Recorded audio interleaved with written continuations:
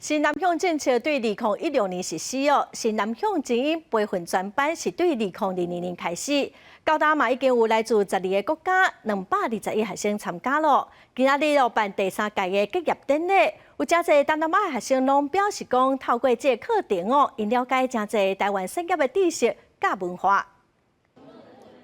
为着要促进台湾甲新南向国家伫咧多元产业、政府和学术等等的合作，咱国自2016年开始积极地实现新南向政策，嘛加强人才交流。外交部自2012年开始办理连接新南向精英培育专班，让侪东南亚的少年精英除了深化对台湾优势产业的了解，嘛通认捌台湾文化。这个专班办到呾已经第3届，伫咧推出联合举办结业典礼。Topics in IC design. Fabrication and materials. We learned a lot of new information from our excellent professors and lecturers, and some of them even come from the industry to teach us about the real-world condition of the semiconductor ecosystem.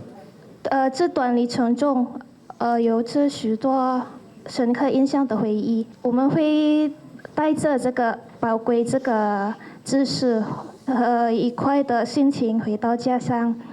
伫这个新南向专班内底，课程的内容包括医疗、应属农业和半导体科技等等，也有学中文甲体验台湾文化交流课程。2024年度有104位来自新南向国家的学生，伫咧台湾各地的大学参与5个月的课程。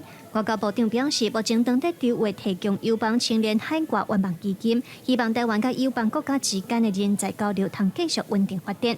Please share what you have seen, learned. And experience in Taiwan with your family, friends, and classmates back home. It's in the coming years, I hope to welcome ever more participants from partner countries to this program so that our nation can grow and prosper together.